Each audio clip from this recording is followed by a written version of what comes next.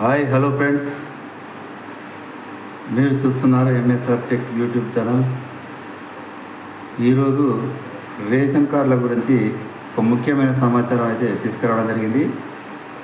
Ration కార్డులపై మంత్రి ఉత్తమ్ కుమార్ రెడ్డి మరొక కీలక ప్రకటన చేయబోతున్నారు. కొత్త రేషన్ కార్డుల పంపిణీ మంత్రి ఉత్తమ్ కుమార్ రెడ్డి మరోసారి ఒక కీలక ప్రకటన చేశారు. సోమవారం ఆయన మీడియాతో మాట్లాడుతూ కొత్త రేషన్ కార్డుల జారీపై కొందరు కావాలనే దుష్ప్రచారం చేస్తున్నారని మండిపడ్డారు. రాష్ట్ర ప్రజలకు ఎటువంటి అనుమానం అవసరమే లేదని, అర్హత ఉన్నటువంటి ప్రతి ఒక్కరికి కూడా రేషన్ కార్డు ఇస్తామని కూడా మరోసారి భరోసా ఇచ్చారు.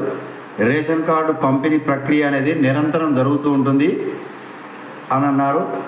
ఆహార భద్రతా చట్టం తెచ్చిందే కాంగ్రెస్ అని, కాంగ్రెస్ 10 ఏళ్ల కాలం బీఆర్ఎస్ అధికారంలో ఉన్నప్పటికీ బీఆర్ఎస్ కేవలం 40,000 రేషన్ కార్డులే ఇచ్చారని గుర్తు చేశారు. ప్రస్తుతం 90 లక్షల రేషన్ కార్డులు ఉన్నాయని కూడా స్పష్టం చేశారు. కాగా జనవరి 26 నుండి రైతు భరోసా, ఇందిరమ్మ ఆత్మీయ భరోసాతో పాటు రేషన్ కార్డుల జారీ మొదలవుతుంది కూడా. ఈ విషయాన్ని ఇప్పటికే CM Revanth Reddy, deputy CM బట్టి విక్రమార్క స్పష్టం చేశారు. అయితే రైతు భరోసా విషయంలో కూడా కొందరు గందరగోళం సృష్టించే ప్రయత్నం చేస్తున్నారని, వ్యవసాయ యోగ్యమైన భూములకు ఎలాంటి షరతులు లేకుండా ఎకరాకి 12,000 రూపాయలు ఇవ్వబోతున్నట్టు కూడా మంత్రి వెల్లడించారు.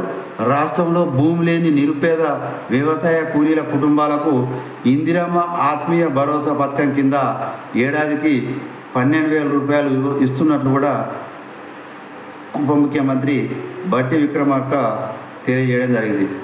సో ఇలాంటి లేటెస్ట్ న్యూస్ మీకు రావాలంటే సబ్స్క్రైబ్ చేసుకొని పక్కన బెల్ ఐకాన్ క్లిక్ చేసి ఆల్ పైన ట్యాప్ చేయండి, లైక్ చేయండి, షేర్ చేయండి, కామెంట్ చేయండి.